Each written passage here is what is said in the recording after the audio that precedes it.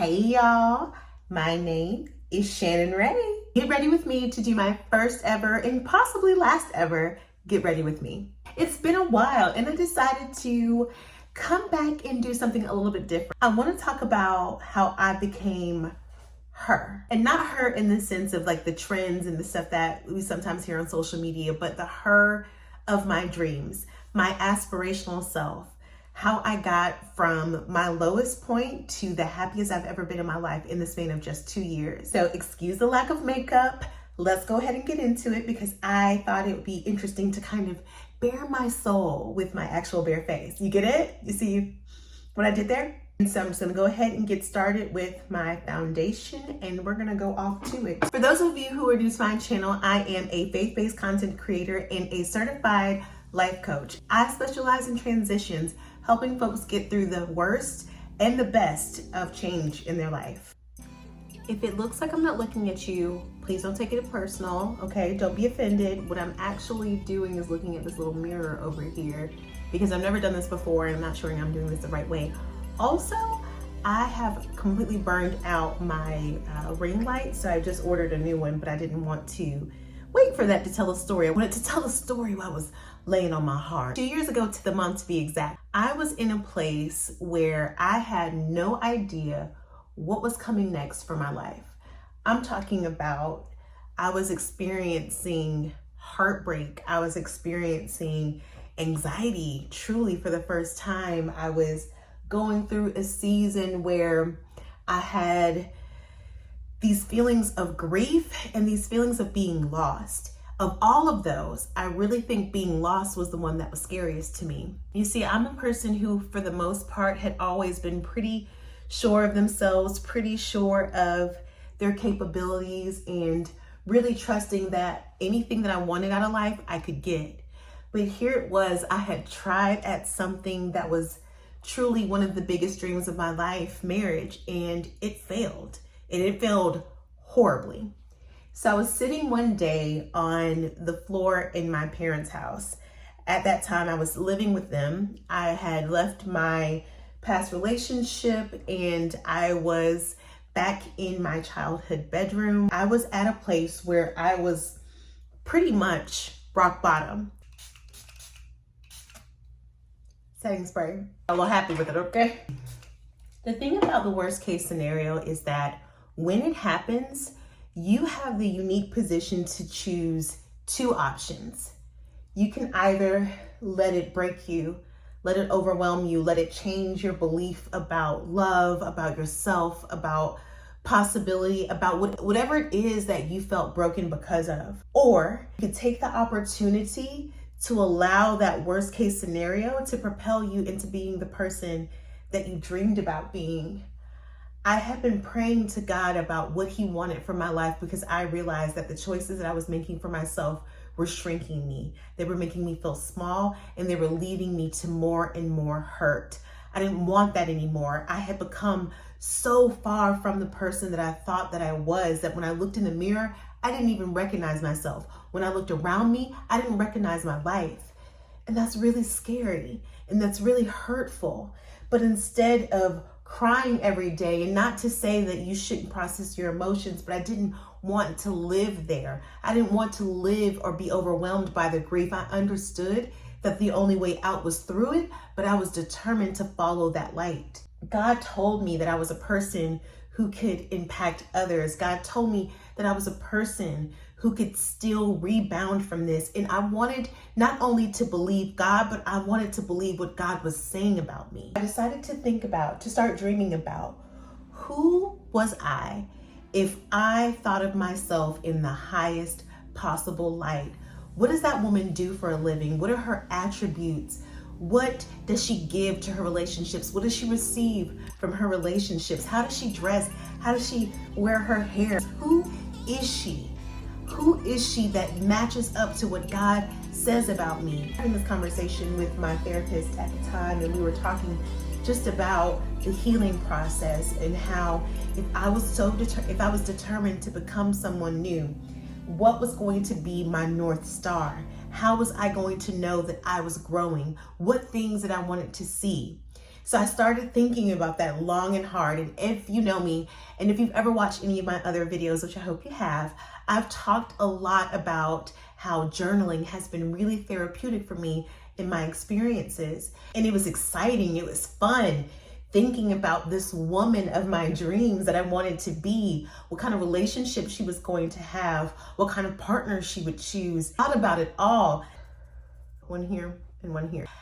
And if you think that I'm using too much, it's because I am. I got a little happy because I'm on screen and I'm talking instead of actually doing this the way I normally would, but don't judge me. So as I was thinking about her and the vision that I had for her, I took it and I brought it to my therapist. And I started talking to my therapist. This is the woman that I want to be. And she asked me a really important question, a question that sits with me. She asked me, how much distance is between who you are now and who you want to be? And what is the work that it's going to take to get there?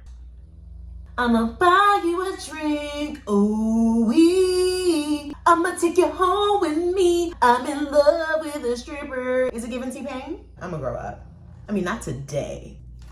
When she asked me that, it really took me back. I had to think about it. I started thinking about the person that I'd written down and I compared it to how I felt about myself in real time. The thing that they really don't talk about enough with healing is that it's kind of like being sick, right?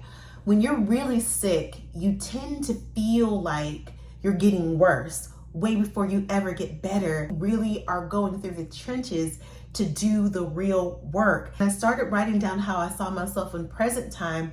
I realized that I was dealing with a lot of things that I hadn't admitted to myself. I thought about my self-image, and I thought about my career, I thought about my income and my finances. I thought about the communities that I wanted to be a part of, how I wanted to serve, how I wanted to offer up my gifts and my talents, how I wanted to reflect the kingdom.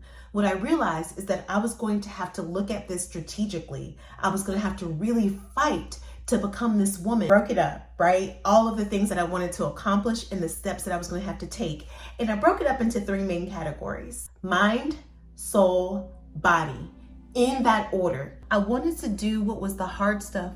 Well, we've done it. I wanted to do the hard stuff first. I knew I was going to have to go through a bit of mental gymnastics. I was going to have to work on a lot of the ways that I thought about myself, the way I thought about the experiences that I had.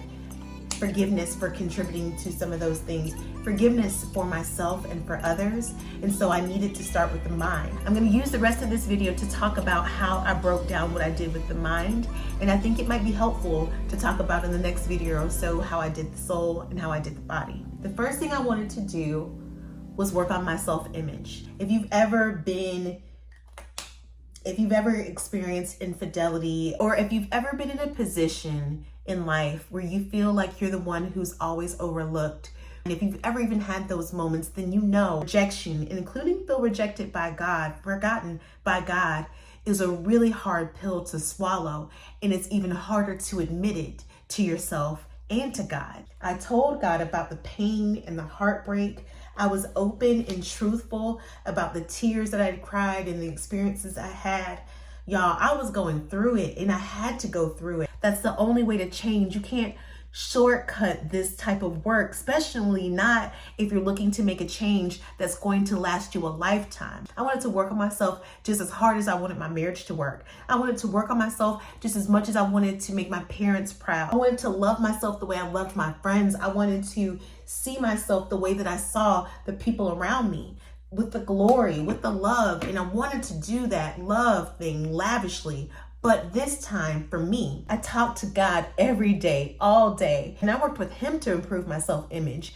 How I find the value of myself in Him, because He says I'm worthy, because He says that I'm good. I needed to understand that simply existing was my ticket into being blessed. I didn't have anything to prove anymore. Those people who didn't understand me, those people who took my ex's side, none of that stuff mattered anymore. What mattered was what God said, and making sure that not only did I believe it, but that I felt it, that I saw it every day when I looked in the mirror. I covered my bathroom mirror with affirmations on Post-it notes. Continuously spoke well to myself. I listened to gospel music the first thing in the morning to set the tone. Something that I think was really helpful that really helped me in putting my mind in the right space.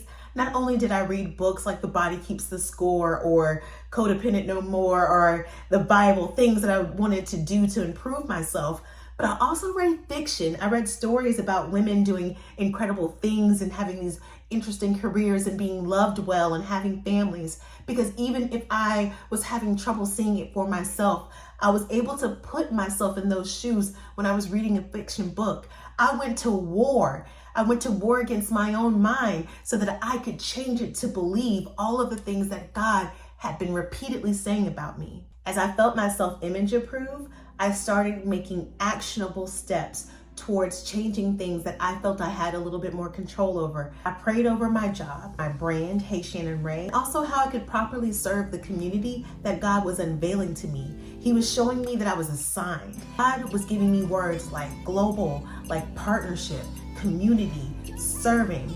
He was showing me ministry. He was showing me different things that were really important to the next steps that I would take. Once I made the necessary career moves and I started to experience that change and increase in my income, I made some different financial moves. First, I got a financial advisor so that I would get a little bit familiar with what I was doing with money. I started listening to different podcasts. I was following the Budgetnista, beautiful woman with locks. I believe her name is Tiffany. I'll link a picture of her. I was listening to a new podcast. Well, it's new to me. I don't think it's new to most people, but it's called Her First 100K. I'm following a couple of different people on social media who would drop these little gems. There's a gentleman called the Tall Guy Tycoon, I believe is his name. He talks a lot about investing. Anthony O'Neill is another one. He talks about paying off debt, especially student loan debt. He has a book as well that I'm looking forward to reading. I started getting more comfortable with these things. I experienced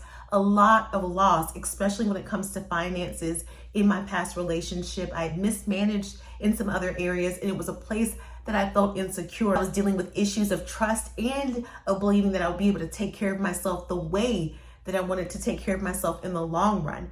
All of that stuff was important to becoming her, to really working on my mind, putting myself in a place of stability and accountability, and not taking for granted the amazing opportunity that I was given. I asked God to increase my income, and He did it by 75%. 2 years ago, I was making significantly less, and now I'm in a position to do significantly more. One of the last steps that I took in becoming her and focusing in on the mind was changing my surroundings. A lot of people wondered why I decided to move to a new city. After leaving the comfort of my parents' house and going back to the familiar city where I was before, I was living in Charlotte, North Carolina, I realized that if I was going to change who I was and how I saw myself here, I needed to physically put myself someplace else, someplace new. I wanted to be around people who were moving in circles that were different than mine, that were connected to things that I wanted to have an experience with. I wanted to be in a city that had the capacity to have authentic community, and understanding that, like any big city, there are going to be your hustlers, there are going to be people out there who are not being real. I would come to Atlanta for work. What I would experience is people who are willing to lend a helping hand. Hey, you do this. I know this person who does that. Let me connect you. I was meeting really warm and inviting women who were not looking to compete with me, but interested in what I had to do and what I had to say. Again, I know that some experiences are unique. I know that some people hate this place and hate this city, and I think that's fine. That's valid. That's your experience. But God was leading me to expand my network, expand my horizon, and expand my experiences. I moved to a city, to a place that would force me outside of my comfort zone and cause me to look at the world around me through a fresh perspective, through new eyes. I needed to be somewhere new because I was becoming someone new. I wanted something that was far enough away to be different. I wanted something that was far enough away to feel like a unique experience to me, but close enough where I could still get back to what was familiar and safe for me when I felt like I needed to go home. That's not too much, right? I'm not giving clown. I'm not trying to Ronald McDonald my way out here, you know? How do y'all makeup artists line your lips and talk at the same time? So should I do pink or pink? Ooh. Hold on. 2 years ago, I wasn't sure what life was going to have for me until I really sat down and thought about who I could be and what I could do if I would live life at my highest potential. That God had this much in store for me blows my mind. Sometimes I have these moments where I'm like, oh my goodness, God, did I waste time? You've been trying to tell me this all along, but God doesn't work on our time, and He knows when we're going to be out here making mistakes. All we have to do is commit by faith to doing and being what God says that we can be, and we can do anything with God. We can achieve anything with the grace of God, the help of God, the will of God. Aligning myself to His belief, aligning myself to His vision for me has changed so much, and you can see the fruit of that in how I live. But I wish that I could pour out my heart to you and show how different it feels. If there is anything that God has shown you, anything that you're still feeling doubtful about, take the leap of faith. It is worth it. I hope you enjoyed this video. Next video, I will talk to you about becoming her and my focus on the soul, the things that I did to heal, the things that I did to move into this new place of flow, of ease, of trust. That doesn't mean that in my ease there is no work, but there is less confrontation with God and more partnership. If you have any questions about what it means to be a life coach, a transition coach, please let me know. You can reach me at the link and book a free session. I would love to chat with you. And until the next time, I hope you have the best day ever. I love you, and I'll see you on the next video. Bye. Also, don't pick on me about my makeup. I am not a professional. This is just what I do to get ready for the day. So, okay? Bye, boo.